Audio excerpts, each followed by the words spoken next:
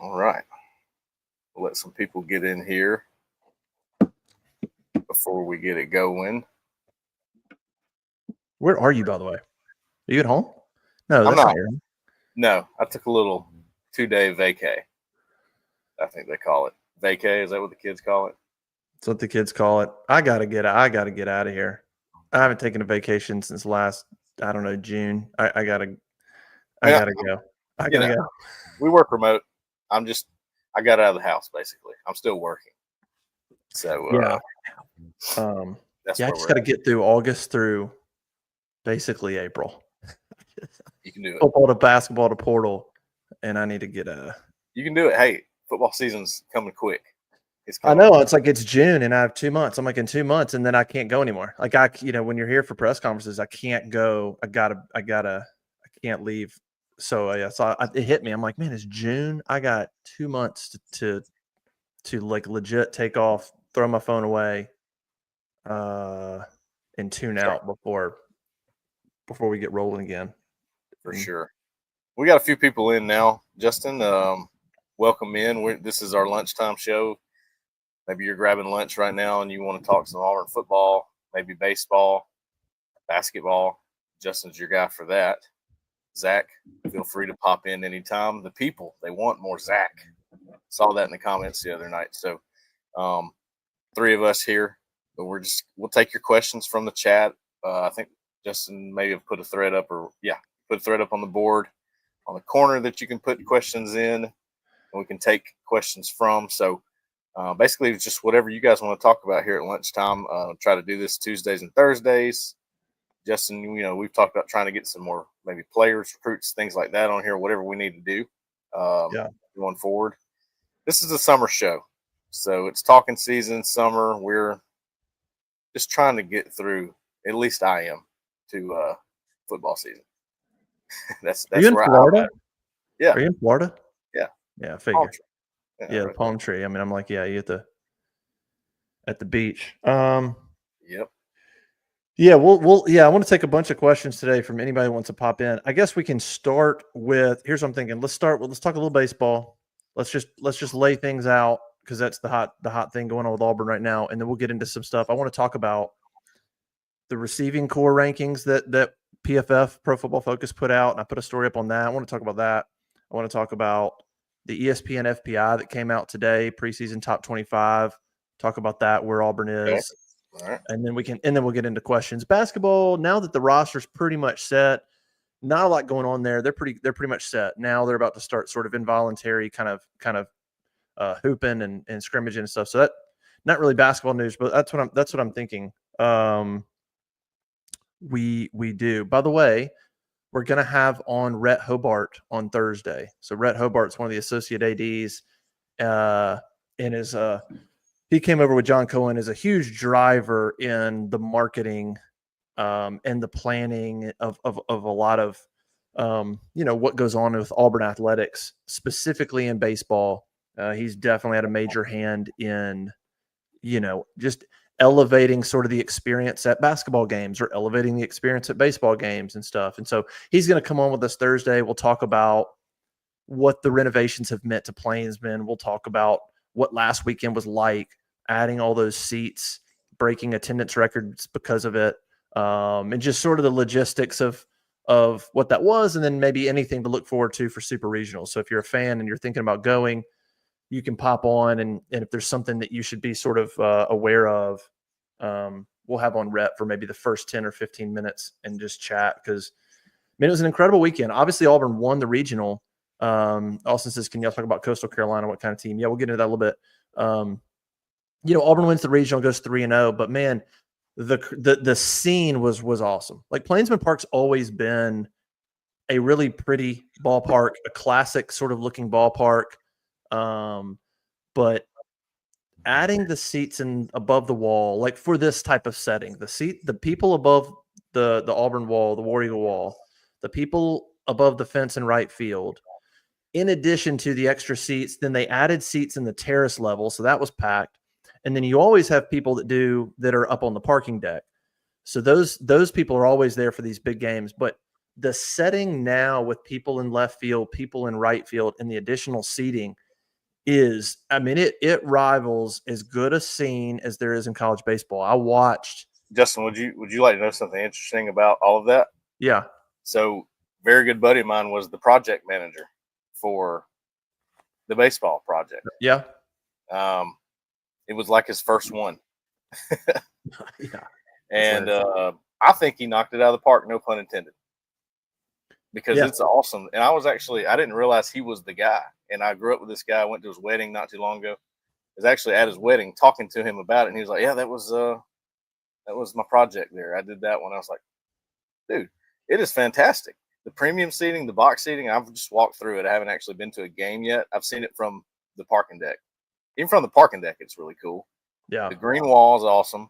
I love that. Students, is it standing room and just free? Just whoever first come, first serve? Yeah, for students and stuff out there, yeah. Yeah, see, man, that is it's top notch. I don't know I'd be in what left field. I think the left field above the wall is legit. Where else do you get to stand above a wall like that and watch a game like that kind of seat? I mean, does anywhere else the parking deck thing to me is That's what I'm saying. That's what I'm saying. The rarity of the way it's laid out, like watching the other regionals. Arkansas has a phenomenal facility in a really cool setting. That's a big venue with people beyond the wall. Tennessee's got some people. Ole Miss is cool because you've got all that terrace seating behind their wall. I would say though that their stadium though is still, I think, more pedestrian than what Auburn's is. Tennessee's, I think, is pretty big. They've got some seating out there, but I still think it's sort of simple. I just think the way Auburn's set up. I mean, like you've got Plainsman Park not Plainsman Park. You've got Jordan Hare Stadium, the scoreboard you can see over left. You've got the parking deck. You've got straightaway center field. You've got this huge hill that's well landscaped into a really beautiful building that they built recently up there. You've got the dorms that weren't always there, but recent years were built over in right field that are really nice and look great. And then you've got now the seating. So it's like, it's kind of sunk down in there where you don't feel like it's like at a high school. You go to a high school park and you just sort of look at it and you just see sky. You could just be in the middle of nowhere. Yeah. It feels like you're just surrounded. Like you could see the football, you can see the deck, you can see this really pretty view of beyond center field. You've got the dorms and right. Like it just kind of feels like you're in the center of a lot of things going on. Plus the ballpark is really well done. And it's just cool, man. Like I said, Arkansas is really pretty, and I like the way there's sets up where the fans kind of surround you. Ole Miss is pretty cool in the outfield, but like I think the elevation of what Auburn's done, and we'll talk about that. We'll talk about a lot of that with Rhett, but it's incredible. And you had attendance records all three games. I think it topped out on Saturday with 7,400 and change. And man, I remember. 4,500 would be a packed out place. And it was pretty cool listening to Ike Irish after the game Sunday say, like last year we weren't very good and we'd have that stadium would be half filled, and to see what that venue was. And that's not a knock on fans. They struggled last year. And baseball is like Auburn baseball is one of those things where if you're not good and you're asking fans to travel from Birmingham or Montgomery or Atlanta or to watch a 3-hour baseball game, to sit out there and watch and you're not very good, it's hard to do. Similar why basketball was always so like there's not enough people in Auburn to just come even when you're mediocre and have good crowds. It's just not going to happen. You got to be pretty good in those two sports.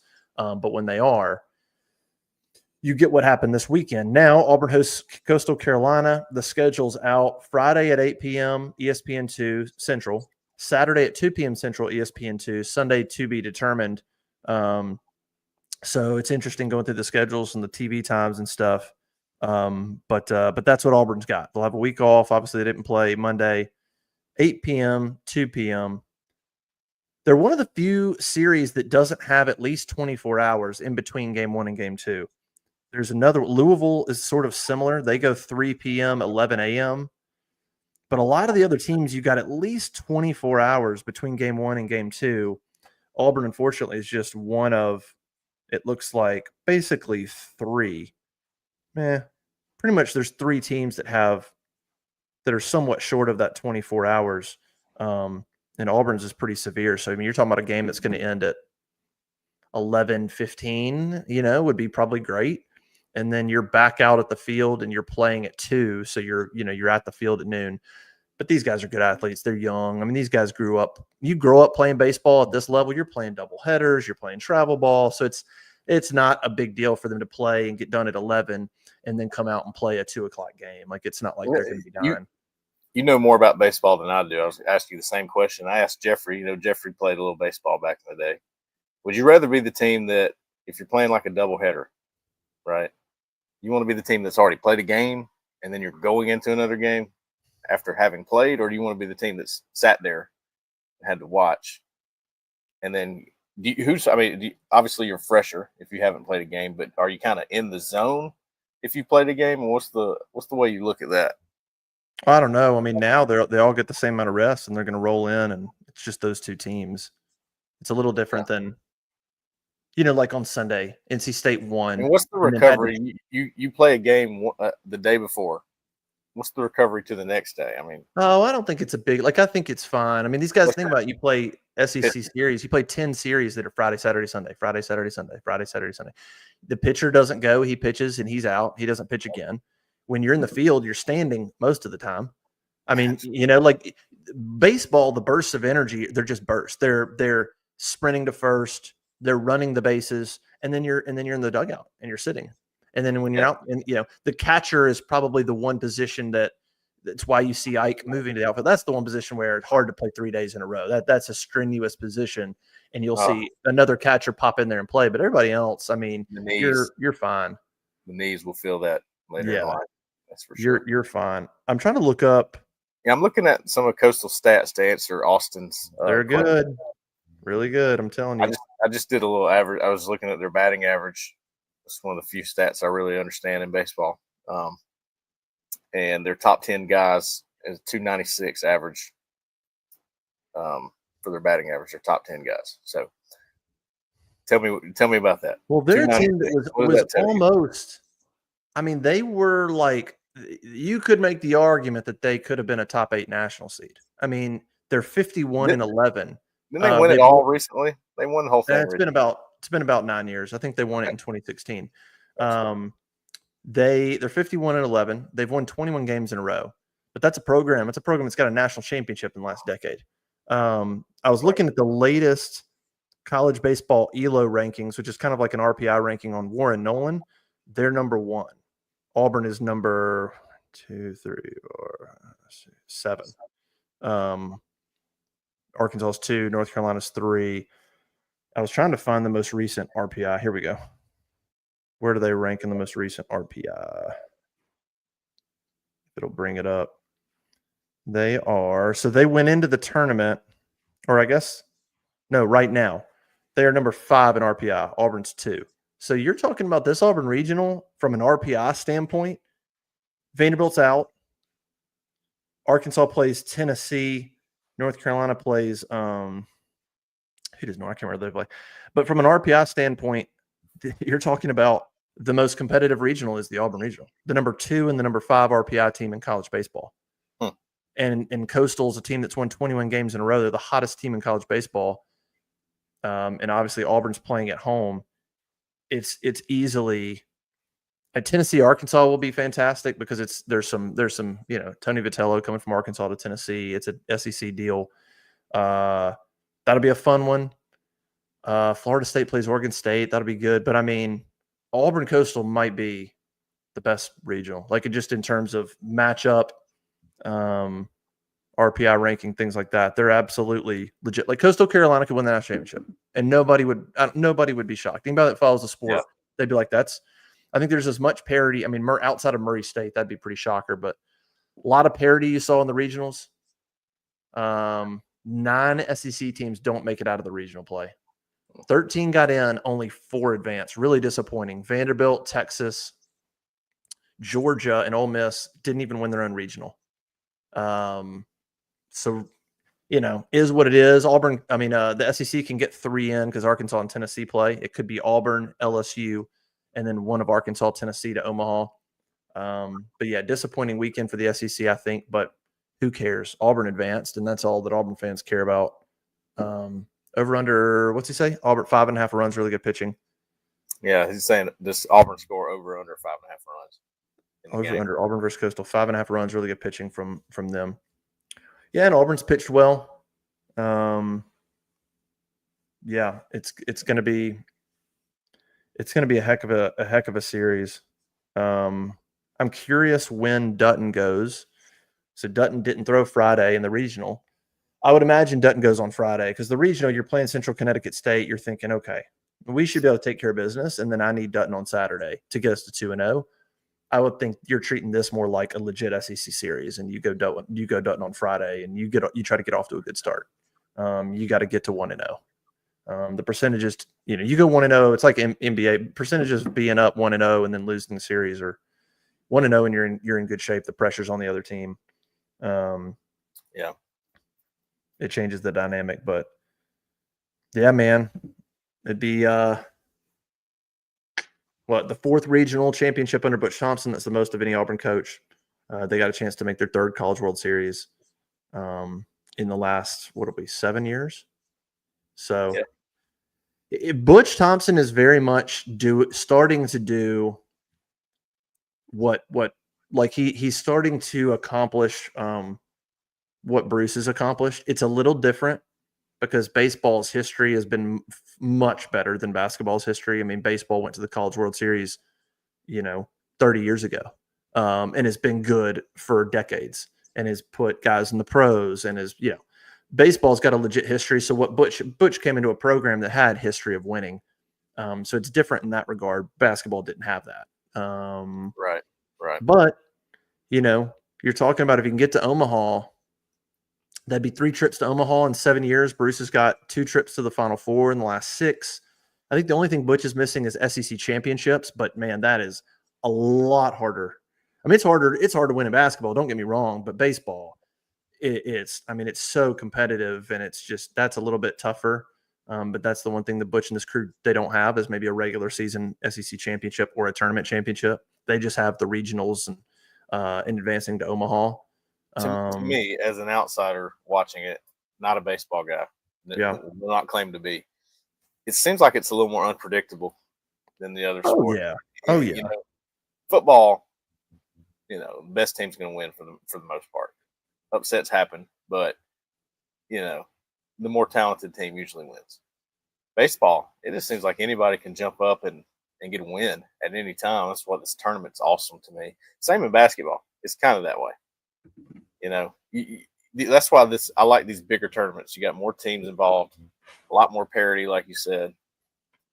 If you make it in there, you are absolutely doing something. I think what Auburn's done so far is impressive in baseball from what I've watched. And to answer the 5.5, I think they can get over. I don't know much about Coastal Carolina's pitching, but they've been pretty hot. Auburn has. Well, they played well. I mean, Auburn, I would say, Auburn lost in Oxford. It just seems like they get a hot start in these games. They get a lot of runs pretty quick. Well, potentially. I mean, playing at home, it's gonna be really competitive. I mean, by no means is this any type of slam dunk. This is not that. This is not playing at home, playing Coastal. This is not that.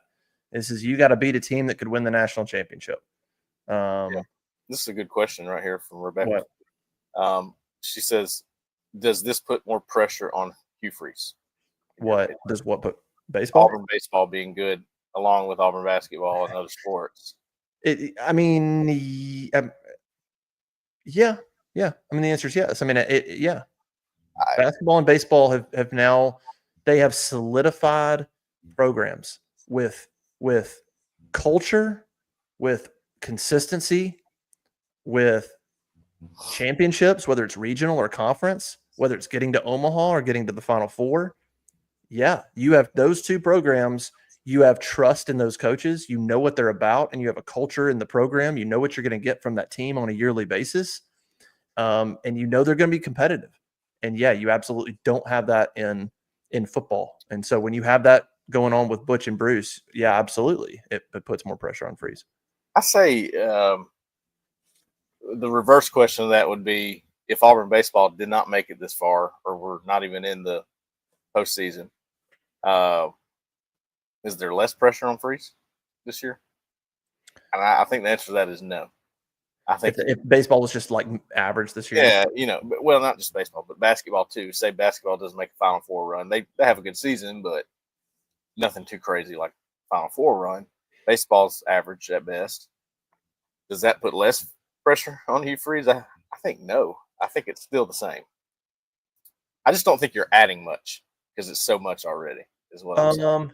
That's fine. I could go with that. I think it's probably marginal to some degree. But if basketball and baseball are doing what they're doing, which they are, and the pressure's here, if basketball and baseball were average this year, yes, you'd bring it back down to probably, let's call it normal football pressure. Like there's a level of pressure to win in football. Basketball and baseball being good and where they're at is adding to it a little bit.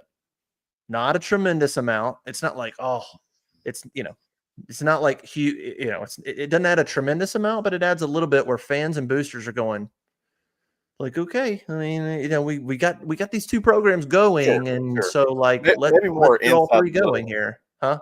Maybe it puts more pressure on you inside the facilities, the athletic side of things, rather than the outside perspective, the fans. Wouldn't you say?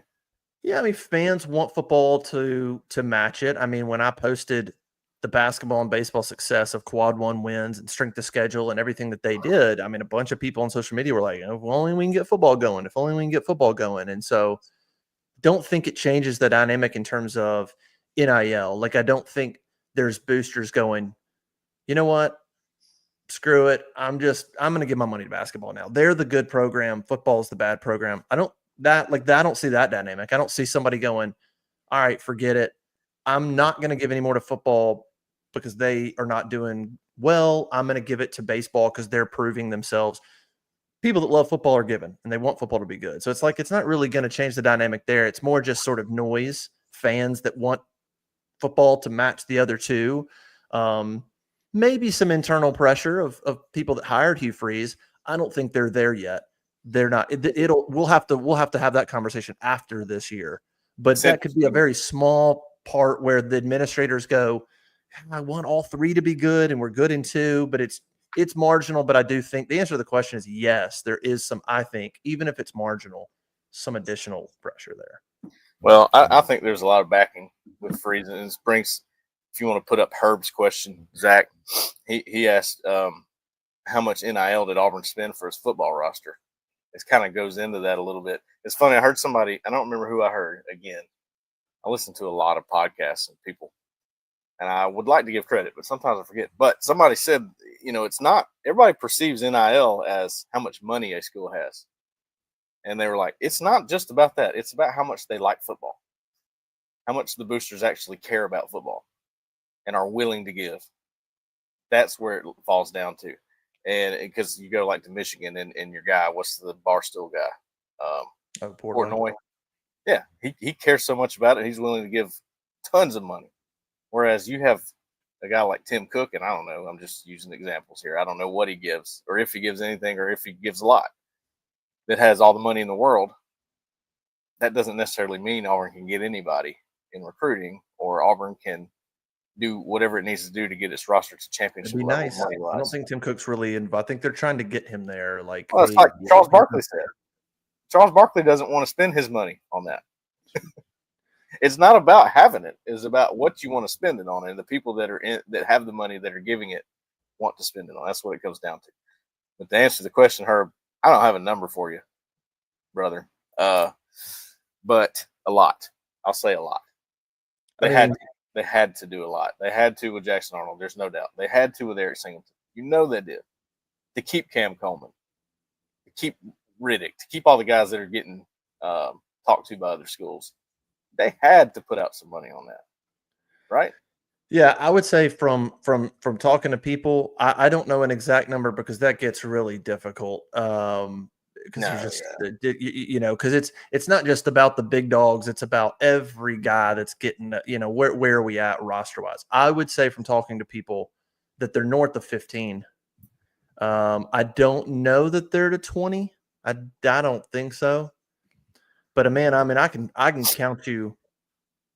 I mean, 2, 4. I mean, I can count 5 dudes who account for $5 million. So, Sure. you know, and I mean it. So, obviously, it trails off big time. You know, Well, there's levels to this, but I would say they're north of 15. I mean, of that's what $5 this million over their time at Auburn, not necessarily in 1 year, right? I mean, it's kind of the way I've seen it happen. Well, I mean, one of them's only going to be here a year. I mean, the other one's probably multiple years. One of them, I mean, yeah. So I don't know how some of that stuff is structured, but I mean, one of them for sure is not going to be here another year. So Well, there's no structure, so they can do whatever they want. Yeah, do whatever you want. None at all. Herb came back. He said more than 20 million. Do y'all think? No. What did Sark say? Wasn't Sark asked about that? And he was like, "Well, it'd be nice if we had." I can't remember. There's somebody said there's a report that maybe Texas spent 30 or something. He was like, his answer he basically gave an answer like it'd be nice to have another 15, and based on the number that was reported, it kind of put them at about 20 or 25, so 20-ish or something like that. So no. Yeah, right. But I mean, it's not. If you really if you wanted to break it down, you can go to each individual player and go, now, what do I think that guy? Where do I think he's at, money wise? Did Auburn have to fight to keep this guy? Did Auburn have, was there a fight at all? If that's the case, probably lower. I mean, this is business. I hate to do that to people, but it's where we're at. I mean, and there's some dudes that got some earned some well-deserved raises. Sure. Malcolm Simmons, I think, is probably one of them that earned. Yeah, I won't get into numbers, but Malcolm and Caleb Harris are two guys that got quite a nice bump. Yeah. Quite a nice bump, and they earned it. They had really good freshman seasons, and the potential's there, and people want them. It's the market now, man. You have a good year, and guess what? Now you want people. It's the same as having a job, man. You do a great job, and in whatever you do in life, your profession, and somebody gets wind, they're going to come try to hire you away. And then you go back to your current place, and you go, hey, man, I love it here. But I got this company that's willing to give me X amount more, and it's a great opportunity, but I like it here. What can you do for me? Well, that's the hardest part. We're maxed out. Okay, well then I guess I got to go. Hey, listen, it's just that's all it is now, man. That's the hardest part for fans to wrap their head around, and it's a lot of people have gotten disgusted with it, and because of this, because it is a job. That's what it is. I mean, you can call them student athletes all you want. They're taking classes or whatever, but their job is football. Their job is basketball. That's their job. It's like when back to Barkley, when he was like on the Tonight Show or something, they asked him like, Charles, you had good grades and all that. He's like, yeah, yeah, sure. It's like, well, what'd you major in? He's like, rebounding. I majored in rebounding. Now it's just that was a joke at the time. Now it's not a joke. That's just what it is. Yeah, that's where I imagine a lot of this. I mean, there's so many struggles. I think being a coach now, and where it's one thing to wrap your head around players getting paid. If you're a coach, you could go, you know what? I make a lot of money.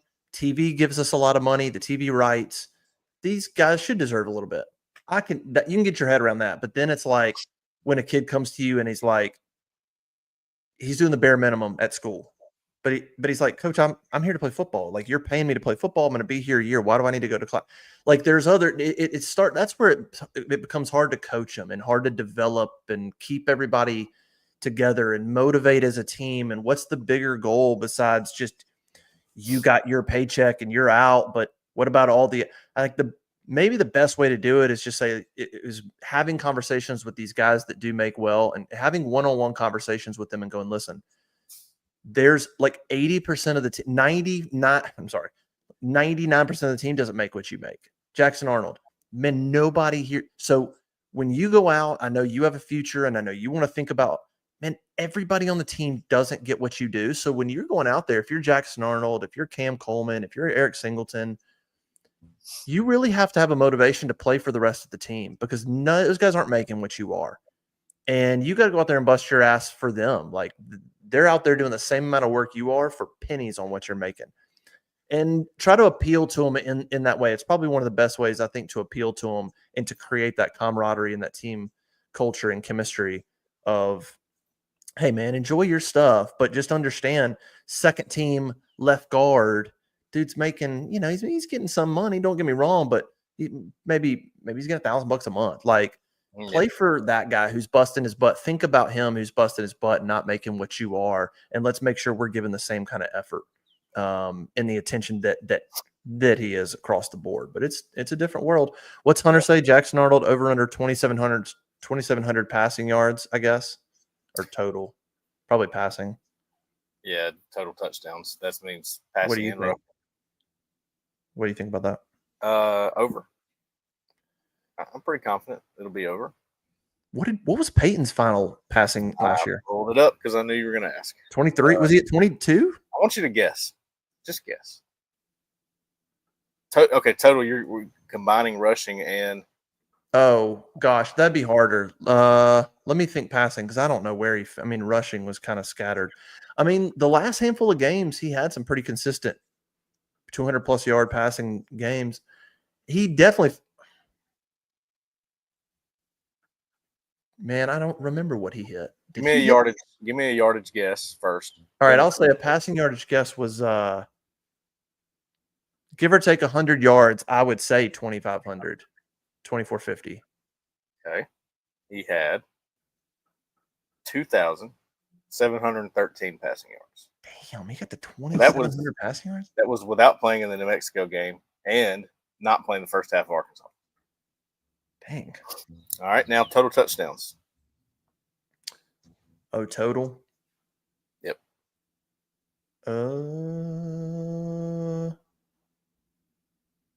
21? 21 passing. And he had 2 rushing, so 23 total. It's pretty close. And what were his final interceptions? 9. 9, and what? How many were in the Cal game? 4. Which 9 was the least of his career. Even the year he had 3,200 yards at Michigan State, he had 10 interceptions that year. He had 27 touchdown passes that year. That's still such a wild. It's still man. So 2,700 yards passing, 21 passing touchdowns. I mean, if I told you last August Peyton's going to throw for 2,700 yards, he's going to throw 21 touchdowns, and he's going to throw 9 picks, you would take that. You would go, not bad. You go, not bad. That team's winning 8 games. 7 or 8, yeah. That team's win. That's an 8-win season. I mean, if you're figuring those numbers, sort of what that might balance out wins wise, you're thinking that team wins 8 games, not 5. For sure. But I'll take the over on most of those. Even if it's just 25 passing, I think, I'll take the over. 25 passing.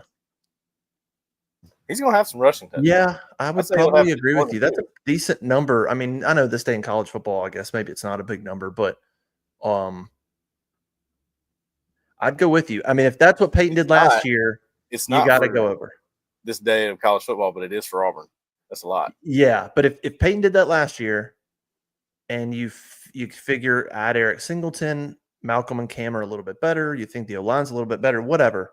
Yeah, you got to think over. The running game, I don't think you don't have Jarquez Hunter, so you can't really say the running game's going to dominate things. I think if anything, the passing game might tick a few more percentage points passing versus running, maybe potentially. So I go 60-40. I go 60-40 passing to running ratio.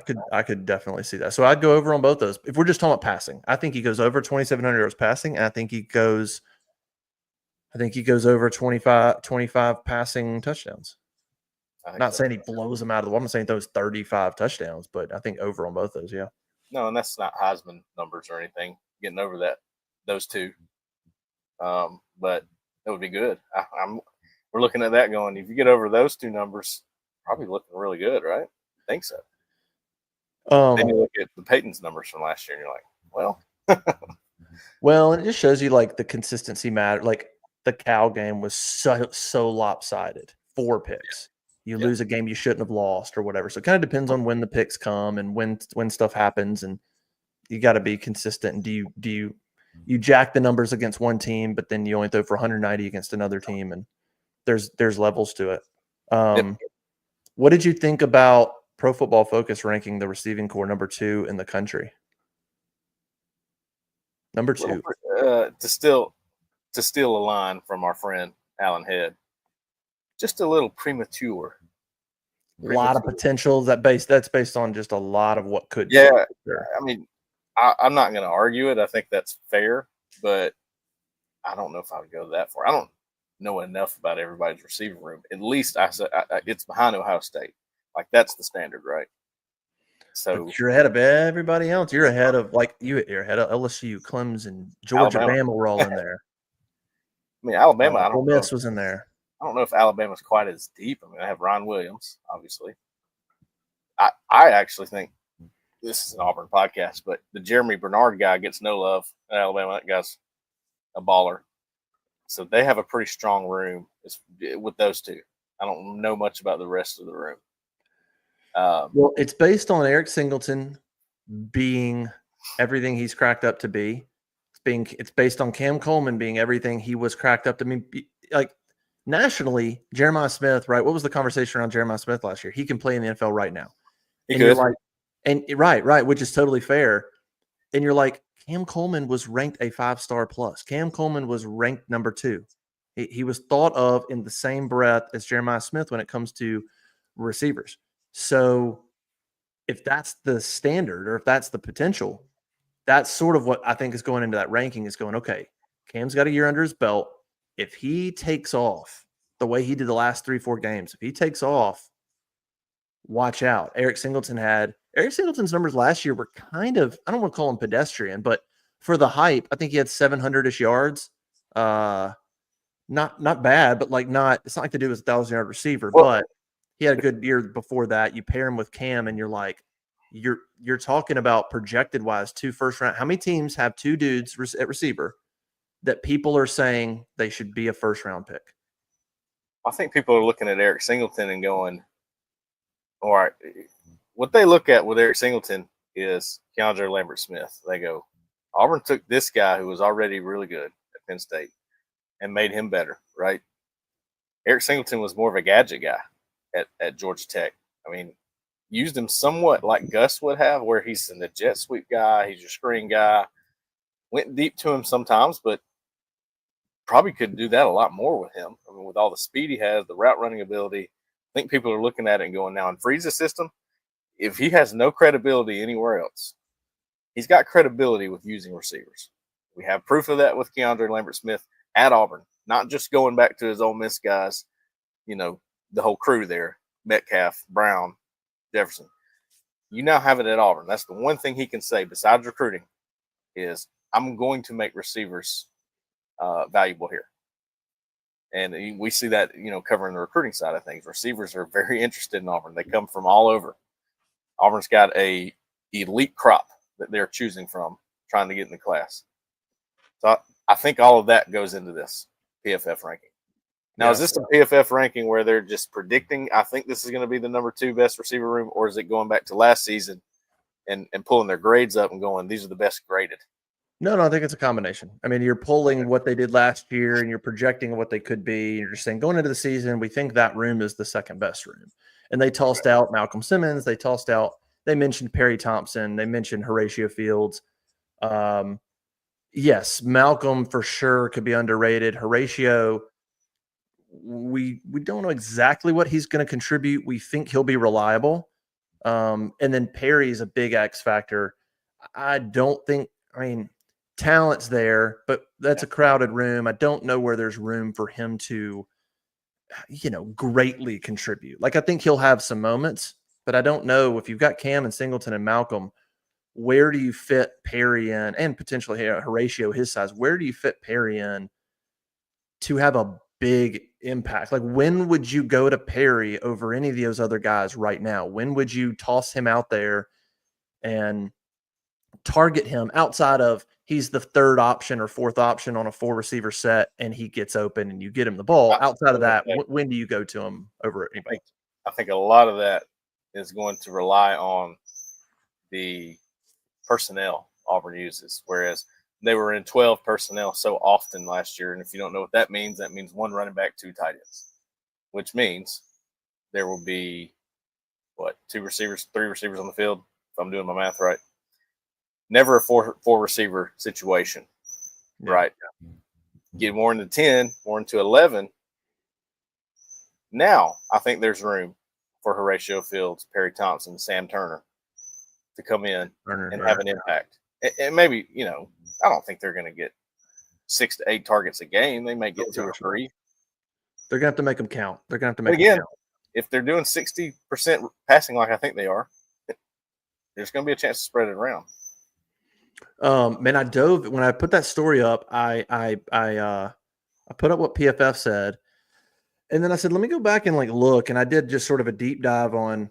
I mean, I went back to 88, and I think anything before that, I don't even know. Not to discount it, but it's hard to go before that, even in the 80s, and you're trying to sort of compare receiver units because the game's a completely different game.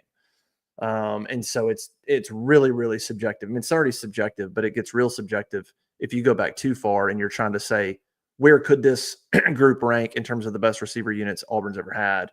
But just looking back, I kind of just started remembering in my head and going back to those years and pulling stats on about the last 40 years of what I thought were some of the better receiver units.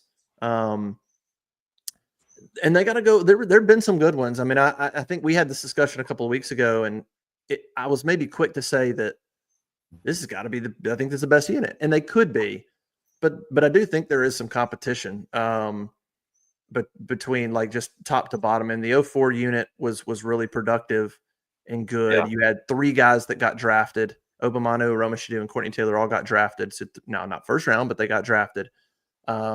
You go back, man, for people who don't remember, the 95-96 receivers with Terry Bowden, a ton of talent there, man. Ronnie Daniels? Ronnie was 99. He was kind of his own thing. He was sort of they didn't have enough around him. The 2000 unit was a little underrated. You had Marcel Willis, Reggie Worthy, but the 95-96, you had Karsten Bailey. In 96, you had Karsten Bailey. You had you had Robert Baker. You had Willie Gaucher. And you had, I wrote it, I don't have it pulled up, and there was a 4th. You had Robert Baker, Willie Gaucher, Karsten Bailey, and somebody else. But you're talking Karsten Bailey was drafted. Robert Baker would have been drafted if he didn't get in trouble. But you had some real ballers at receiver, some good. Now those teams threw the ball. They threw the ball more, especially in 97. They threw the ball probably 70% of the time. Tyrone Goodson. So those 4 guys were really good wide receivers. Had some length, had some speed. Poor. Even Hicks Poor was a decent, second, third, fourth option. So those units right there were really good. And then you go back even to 88, 89. It's a different time, but you're talking about Alexander Wright, Shane Wasden, Lawyer Tillman. Freddie Wagan. You had pretty good. Now, what sets this group apart is Cam and Eric could be first rounders, and who knows what Malcolm could be. If Malcolm has a good this year and comes back and is the man next year, no reason why Malcolm couldn't be a top 3 round receiver. So the pro potential of this group is higher than Duke Williams probably would have been drafted if he didn't get in trouble in his career at Auburn. Sammy got drafted 3rd round.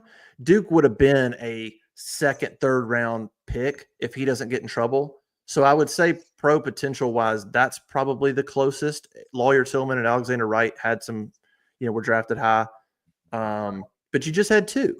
When it was Duke and Sammy, it was just Duke and Sammy. In terms of pure receivers that could go out, run routes, do everything. And I'm talking about Quan Bray and Ricardo Lewis. I mean, they had their role, but they were not, This group's got, it's just deeper. I mean, you've got Malcolm Hurray, you've got 3 to 4 guys, and it's led by 2 potential first rounders. So I think the potential for this group is as high as anything Auburn's ever seen. But there have been some pretty productive groups in the past. I mean, for sure. Yeah. So, just maybe a little premature on that. But I get it. I don't necessarily argue with it. I don't go, wow, they're crazy. No, would you bet on it? At the end of the season, do you think that they'll be regarded as the number 2? It'd be more of an interesting conversation, but the potential's The potential's there. If they are, then Auburn's going to have the kind of season they want to have. I mean, I don't see a way where if Jackson Arnold lives up to the hype and those receivers do, unless the defense is an absolute disaster, it's hard to see how they underachieve if those guys hit their marks. I don't see that being the case either. Hunter says, list your top four receivers in receiving yards this year, yards only. The big three. What's your order?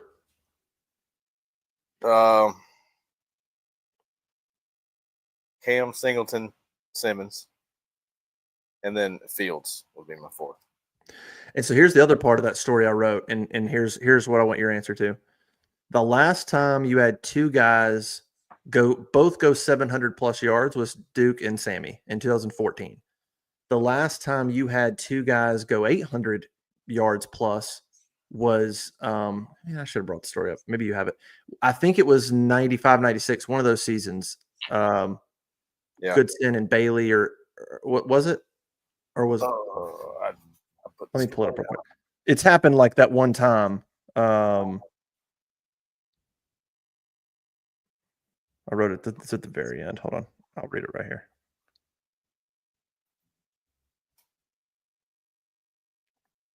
Goodson and Bailey in 97. So the last time two receivers got 800 yards or more, both, was Tyrone Goodson and Karsten Bailey in 1997. And that was an offense that had no running game and threw the ball 70% of the time. They're like this team probably is not throwing it that much. Damian Craig, you're just chunking it around. It's obviously two guys have never had 900 yards. There's only been 8 receivers in the history of Auburn football that have hit 900 yards, period, let alone 2 on the same team. But you've only had it once happen of 800. So do you think Singleton and Cam both go over 800 in the same season, or is there too much of what Hugh does, or too much sort of spreading it around, little running, little quarterback run? Is there too much going on to have two guys go 800 plus, or even 700? 700 plus, I feel like is very possible. 800 plus. No, just the way. I mean, no, I don't think there's going to be too much going on for that to happen. I think that's the goal for Hugh Free's offense, is to have multiple guys with those kind of numbers. So, if he feels good about his quarterback position, and we all have gotten the feeling that he does right now, they're going to let it rip. That's why I think they could even spread it out more than we're thinking right now. But is that too optimistic? I don't know. It might be. Yeah, it's tough, man. This day and age. I mean, that's the goal. We know that's the goal. They want to be number one in passing in the country, whereas Gus wanted to be rushing. We know the goal is different with this regime. They want to be number one in passing offense. I feel comfortable saying that. Yeah, you don't have, Auburn's not going to have a tight end gobbling up catches. I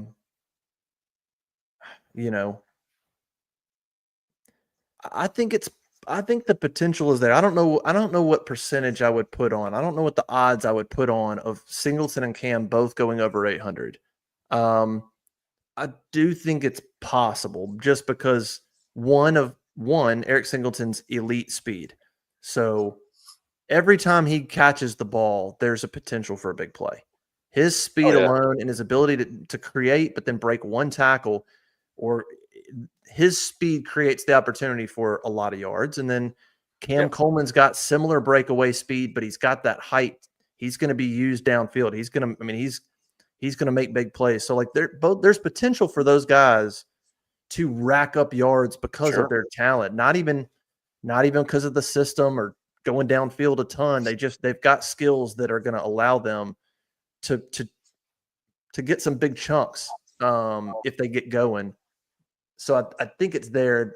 I would probably lean, obviously, decent chance of both going 700 plus, 800 plus. I don't know that I would bet money on that. What was Cam last? Was he in the 500s? 500 something, yeah. Last 3 is kind of when he started to take off. He had some games there where there was nothing going on. I mean, he had some games where he barely had anything. I just So he was in the 500s. You had Lambert Smith almost broke 1,000. Yeah, almost broke. Singleton was 730. So, can Cam go 200 yards more? Yeah, and then can Singleton do what? He didn't even have to do what Keandre did last year. So, like, you have 900 plus and 500 plus last year. So, I don't see why it could potentially both couldn't go 800 plus. Sure, I think it's very possible. I expect a lot more out of Cam. Cam is going to be more consistent from day one, game one.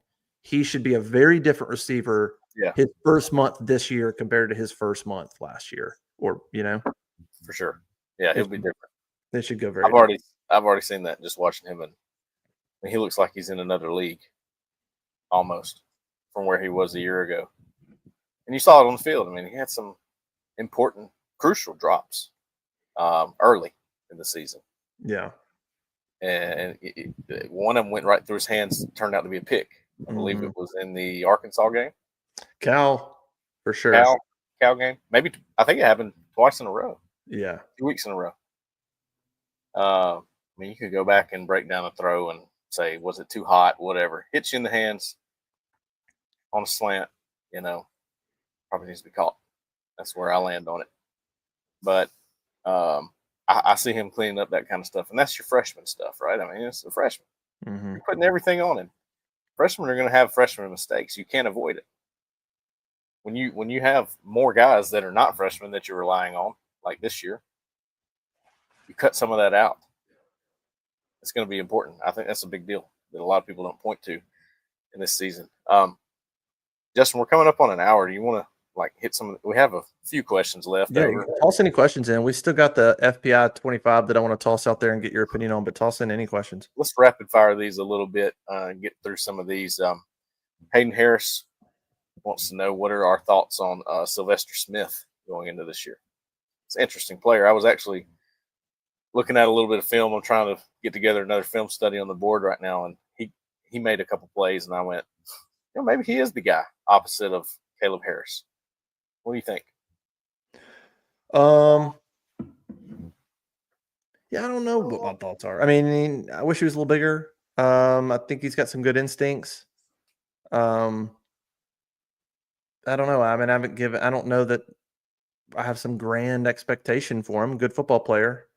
I think it's interesting that for anybody who keeps score using star rankings, which a lot of people do, and it's understandable, he falls into the blue chip category.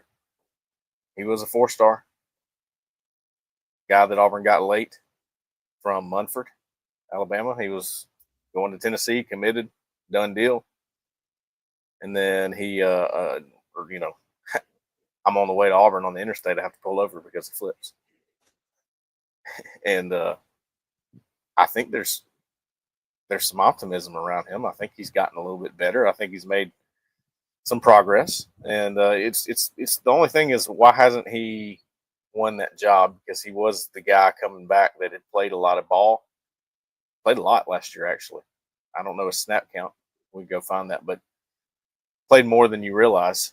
And it's like, why hasn't he pinned down that spot? That's my biggest concern, I guess, about him. You would think if he's the returning guy that's played the most snaps, he's the incumbent for that other spot. And everything I've heard is that spot's wide open. Have you heard the same thing? Yeah. Talking about the safety next to Caleb Harris. Yeah, I was looking at last year. Finished with 28 tackles, 9th on the team. Sorry, 12. Do you have any turnovers? Fumble recovery, forced fumble, interception? I don't think so. But the game I was watching, he actually did recover a fumble when they reviewed it, and it didn't pick. I don't know what game it was. Let's see. I don't remember when that was. His interception was in the Arkansas game. Damn. Returned it 33 yards. I had to be a big one. For some reason, I can't remember it. Anyway, I like Sylvester Smith. I'm very anxious. He's one of the guys that I want to see win a role. Like, I think he can win it. I think he can beat Tay Seymour at that safety spot. I think he can claim it. And I want him to. I wanted him to do it out of spring, but that's not always the case. I mean, you got a freshman right there that's pretty stellar. and Anquan Fagans, and they're probably holding off to see what he looks like in the fall, if I had to guess. Yeah, it could be an interesting position. Obviously, when you have talented freshmen, it could be a position that you watch as the season goes on, and do freshmen sort of get in there and make their move. Austin says, can you guys see Auburn doing a throwback or adjusting the uniforms with the new Nike deal? Please no. I haven't asked around. I know it's coming up on July 1, and everybody's excited about it. I honestly don't care. I mean, they're going to switch it over. It's going to be like the same stuff with the Nike thing. Could I see them doing something this year? Not talking to anybody yet. Maybe, like, just as a sort of, let's just do exciting things the first year with Nike and get the hype going and help sell merchandise. Could I see them doing a throwback?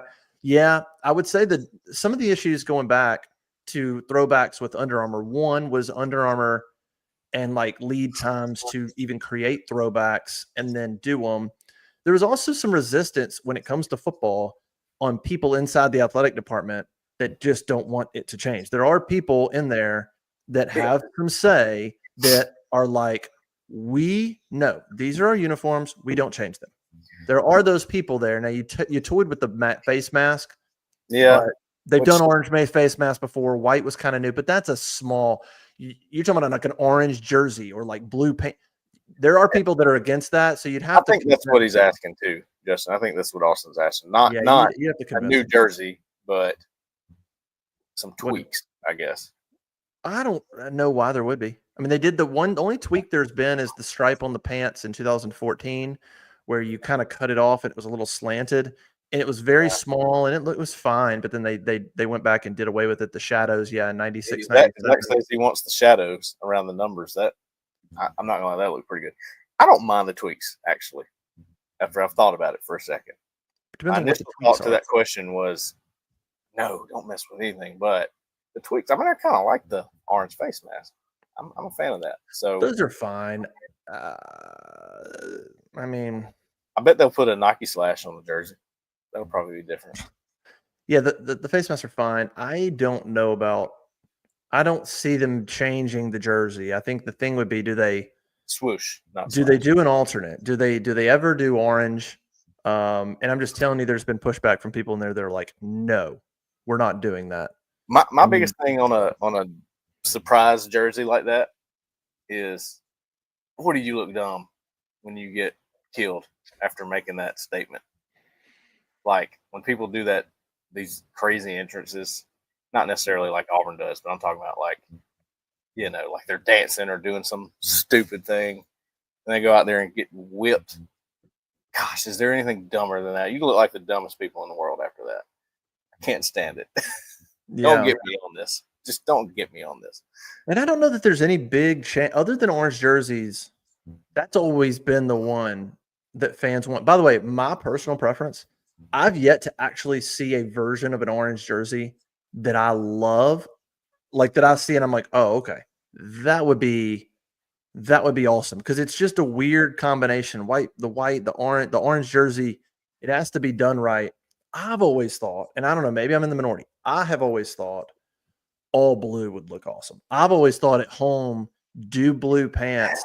The way the Bears started doing that a few years ago, and they have blue helmets too, but I've always thought blue jersey, navy blue pants, and match up the stripes would look pretty awesome. The way baseball started doing all blue versus an white helmet too. Jersey. Keeping the helmet white in this case. Yeah, don't change the helmet. I just have always thought the all blue would look better than an orange jersey. I just can't get around. But I don't even like the blue on blue baseball jerseys they've been wearing. I don't even like. They've grown on me. They've grown on me. The Bears is what got me, because the Bears a handful of years ago, I don't know if they started the color rush in the NFL. I don't know when that was, but they did some games where it was all blue, and I thought it looked awesome. But I don't know. Becca for AU, by the way, on the board, Justin, if you've seen her. She asked, Cole, how do you feel after joining the baseball game thread over the weekend? I loved it. It was fantastic. One of the best things about right now, if you're not on the corner, we have a baseball game thread that is run by the corner, and they do a fantastic job keeping updated, talking about the game, telling me that I'm a football only guy and I should probably get out. They do those things really well. And I'm not going to get it. I'm going to stay in there. And I appreciate Becca for saying that. I'm going to stay I'm in never there. leaving. I'm never leaving. No, I'm not. You can't kick me. I'm going to stay. Yeah. Now, basketball is a little more dicey. You did have a very controversial basketball take this year that made you. I think you know about that they were like, hey, let's maybe that one. Then you hopped on the basketball thread, but I think everybody's mad at me about the timing of that, which whatever. I understand. Oh, I don't remember the when. I don't remember the timing of it. But said person doesn't play for Auburn anymore. So evidently. Oh no, I'm not even thinking about that one. I'm thinking about the one about a top recruiting class or a national championship. This is how look. That was an insane take. If you don't want to know something about, just don't ask because I'm going to answer it honestly. That is where I mean. Somebody asked, was that on the live show that somebody asked that? Where did somebody ask that? Yeah, it was a recruiting show, and it was a bonus question. And they're like, "What would you rather have?" They were setting me up, is what they were. That's a bonkers question. Thanks a lot, whoever that was. Appreciate you. I answered honestly. I'll do it again. I'll do it again. And ask me again. Anybody? Oh, I don't want to. I can't. Yeah, that's right, Zach. 100%. Let's talk about real quick ESPN. Are there any more questions? Are there any more questions? There's one on the corner I want to hit real quick. Yeah. Let's go. Let me find it. I've lost it. Okay. And guys, we did get some recruiting questions. Save those for the recruiting show. We'll get to them. Yeah. Hey, glad to see recruiting's picking up. Fun. I think they just want to complain about it though, so that's not fun. But we'll work through it. They gotta solidify some guys there. I feel like a lot of work to be done. Let's just say that. Sure, absolutely. In wait and see mode. Grady Hall on the corner asked, "Will the defensive scheme change much from last year? It seemed like Auburn was blitzing a lot on third down. Maybe it was a compensation for the lack of linebackers not being able to cover, is what he's asking. You know, what do you think it changes? I think what he's getting to is as good as Auburn's defense was at times, they're still giving up these third and longs. What is the deal with that? How do you fix it? Are they going to change anything? Man, they did have a run. They did have a run there of some ridiculous third downs given up at times. It felt like it was more early middle season or more early-ish than late. It felt like there were some games there in the – am I right? In the first maybe 4 or 5? Yeah, 6, I think that's kind of when there was a run of like, good grief, get off the field. I think it tightened up a little bit if I'm not mistaken, but it was always – The Cal quarterback definitely the Cal game gave up some stuff. Did you ever feel good about Auburn in a third and long situation? Like, yeah, they're about to get off the field. Gosh, man. No, never. Especially, I don't want to go there. But, it's – I don't know what the schematical answer is to that, Grady. I don't know. It's almost an anomaly when you look at it. But you know what? I don't believe in coincidences, and I think there's a reason for it. If I had to guess, the two things offense and defense are looking at the hardest this offseason, they're going on offense. They're going, we've got to get pass protection fixed. We got to get these missed assignments fixed. We cannot have free guys running at our quarterback, or this will look very similar to it did last year. That's how it has to go. On defense, they're going, we have got to fix third and longs. So I would guess, Grady, that they're gonna. Yeah, they're going to fix it. They were 75th. They were 75th nationally last year in third down defense. They gave up about 40%. But then you look at the games, and yes, the Cal game was abysmal. They gave up 10 third down conversions in that game. Cal had 19. So you're talking about a defensive plan where you forced 19 third down conversions is a ton. To force a team into 19 third down attempts, and then they converted. That obviously that played a part in allowing 10, but Cal had 10 conversions.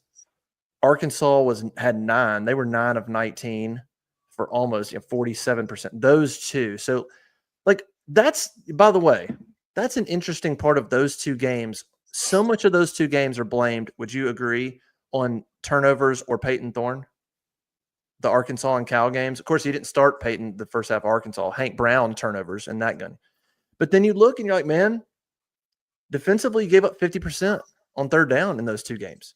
Yeah, that's like those two games. Those two games were complete malfunctions.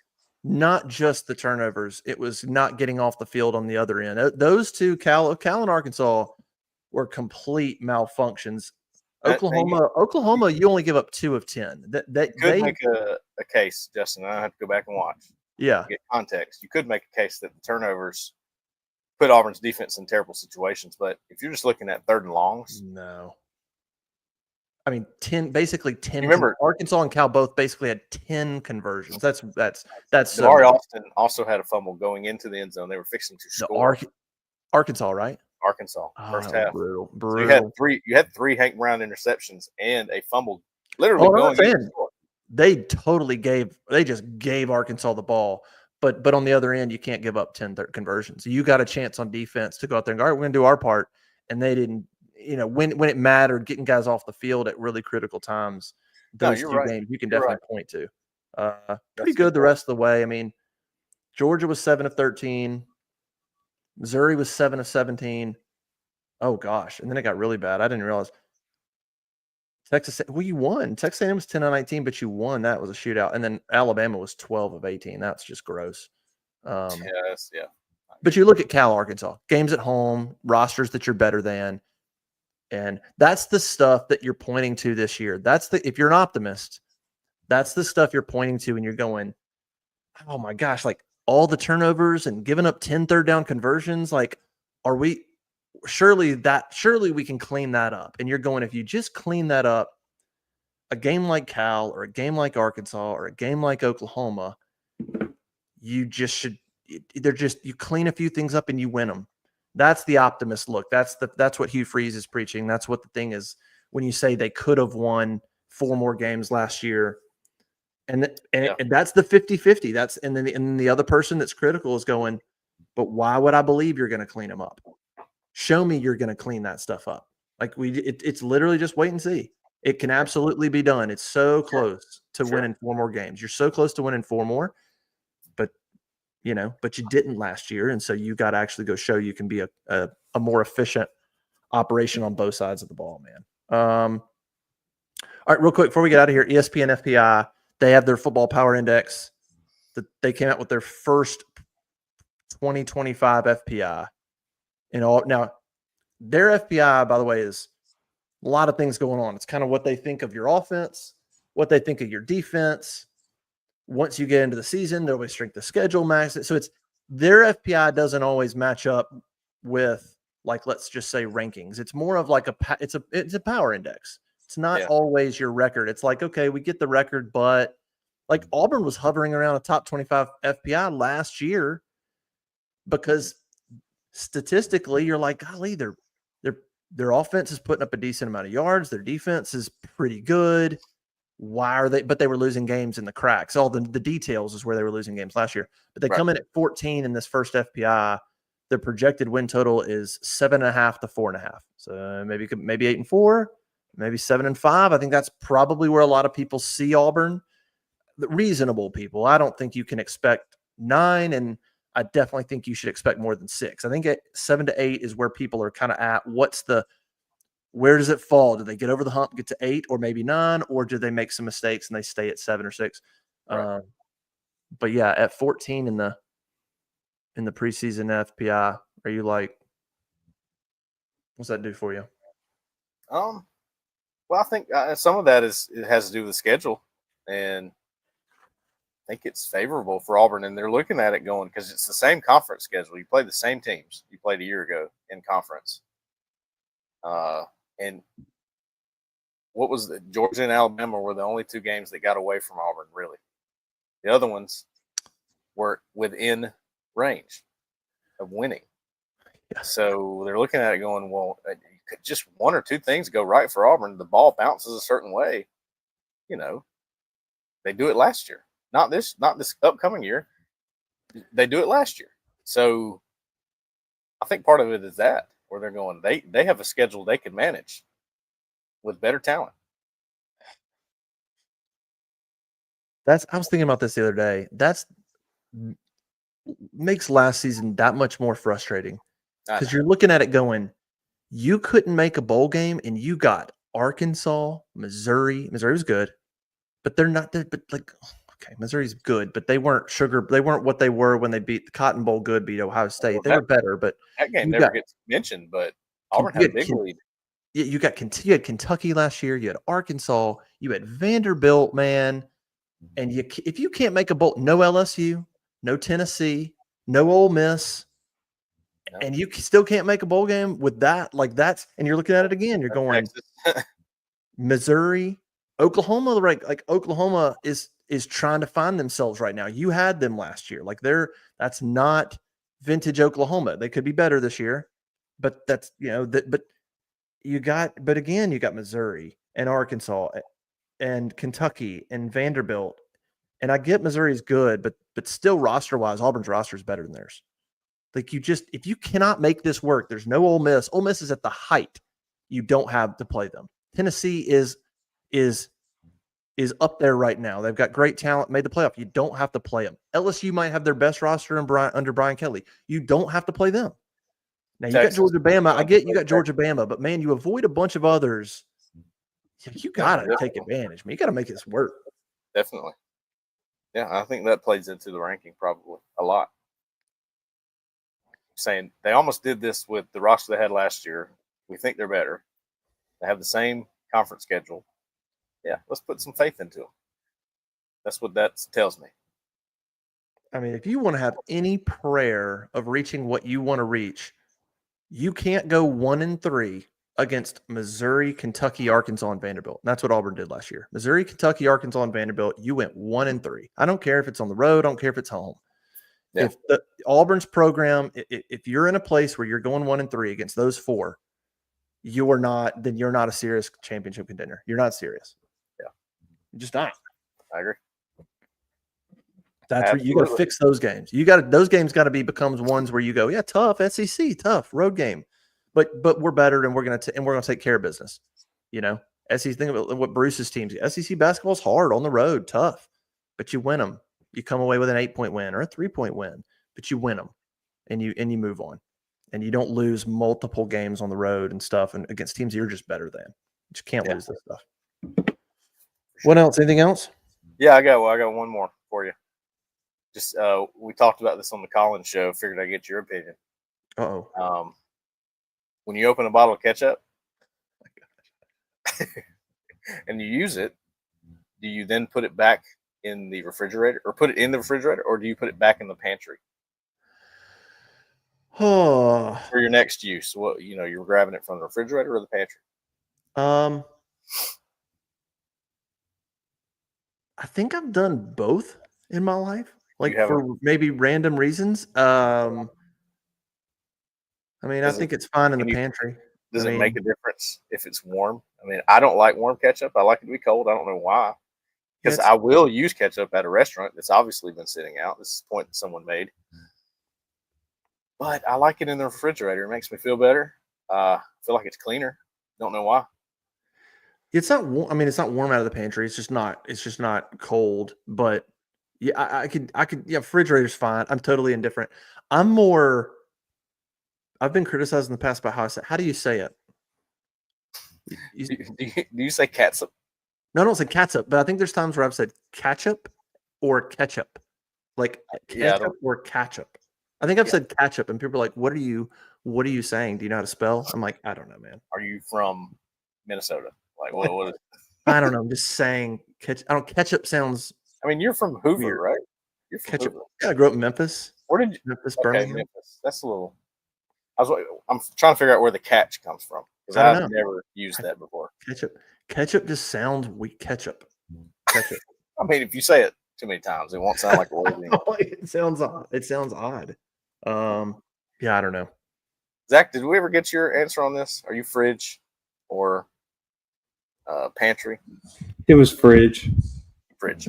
Yeah, that's fine. Are you hard on that? Like it's fridge. Like you can't change it. Can't put it in the. I don't care. I'm also not a huge ketchup person, regardless. So I don't really have an opinion. You could have started with that, probably. Hot sauce. I don't care. Yeah, hot sauce goes back in the fridge too. I agree. Just feels cleaner. I don't know. Hot sauce? Yeah. Not a hot sauce guy. Really? Not a hot Love sauce. hot sauce. Put it on everything. Like literally everything? Almost. Pretty much. My daughter is a ranch. Like, Yeah, she will put ranch. ranch on about everything. You know, I had a She will eat ranch. She will dip her finger in the ranch and just eat. I'm like, that's not dinner. You can't. We got to do some protein. And just eat the thing of ranch. I had a waiter that was being he's a little smart with me.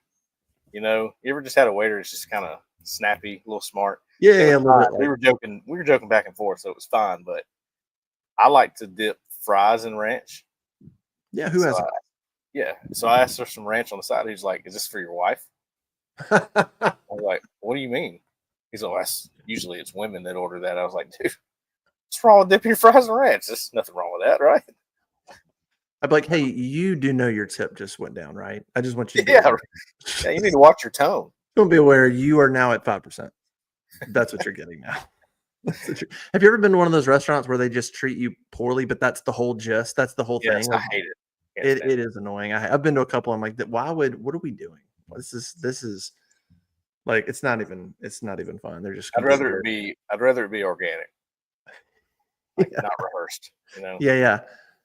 Like maybe tip them more. You know what? That was a ballsy comment there. I had no problem with the guy saying that to me about the ranch. Like that was cool. That was fair. I just didn't know is that a woman thing to order ranch with your fries? I didn't perceive it that way. I don't know. I mean, maybe there's some proclivities there with women and ranch and men that just want ketchup. I mean, I could see there being, one going one way and potentially yes. I mean, I've eaten ranch with fries, but I've never ordered. It's more like the ranch is there for something else, and I'll dip the fry in it. I've never been like, "Can you please bring me ranch with my French fries?" I've been that guy several times. I will. You and my picture get along great. Yeah. Well, good stuff. I like to end it on that. I will always have an off-topic question. You can count on that. Yeah. So I like it. I guess we'll wrap it up there, Justin. All right, we'll come back Thursday. Hope somebody was eating some fries and ranch and cold ketchup while you're watching this. And make sure if you like this to join us on the corner where everything's happening. It's this times 10 times 1,000. So if you like this, then be a part of that. I think you can join right now for $1 for an annual. It rolls into an annual subscription. Oh yeah, let's go. Which, I mean, look, pay it one time, it's over. You're in for a year. So you'd be in for football season, signing day, transfer portal, basketball, stuff that Justin covers. And man, come join us. Appreciate y'all being a part of this. All right, Justin, we'll get out of here. All right. See y'all.